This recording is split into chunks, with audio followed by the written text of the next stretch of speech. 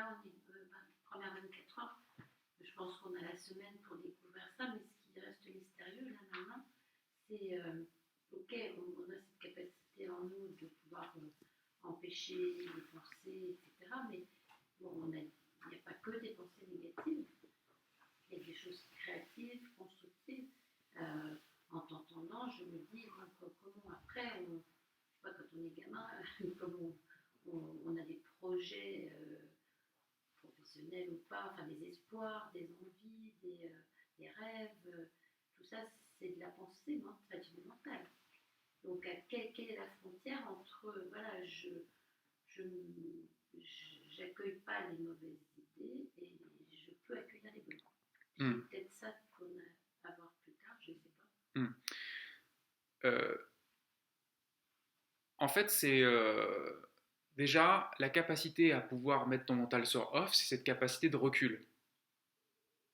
Donc ça va être ta capacité après à faire le choix de quelles sont les pensées que tu mettras dans ta tête. Mais cette capacité de recul va te permettre de prendre du recul à des choses beaucoup plus inconscientes qui font que quand on a des désirs très forts, c'est parfois qu'on a des manques très forts.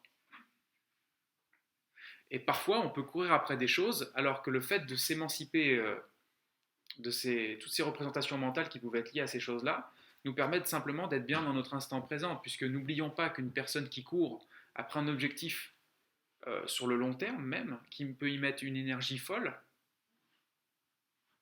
c'est qu'en attendant d'atteindre son objectif, c'est qu'il y a au moins inconsciemment au minimum une forme de frustration, tant qu'elle n'a pas atteint encore son objectif. C'est qu'elle recherche le fameux bonheur plus tard.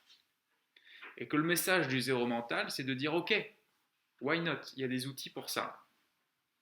Sauf que le bonheur, pourquoi ne pas le trouver maintenant? Ce qui ne t'empêchera pas d'avancer sur un chemin, ce qui ne t'empêchera pas de réaliser des choses, mais ce qui va surtout te libérer des besoins de réaliser quoi que ce soit. Donc c'est une grande différence. Encore une fois, le zéro mental ne veut pas tuer la pensée. Vous pourrez toujours utiliser votre pensée, mais l'équation c'est la suivante. Vous arrivez en mental off, vous videz votre pensée. Ensuite, vous choisissez une bonne pensée. Et là, il n'y a plus que ça dans votre esprit. Deuxième option, vous êtes en mental off et vous y restez. Parce que vous vous dites, tiens, j'ai envie de rester juste comme ça. Parce qu'après tout, c'est encore plus puissant qu'une bonne pensée.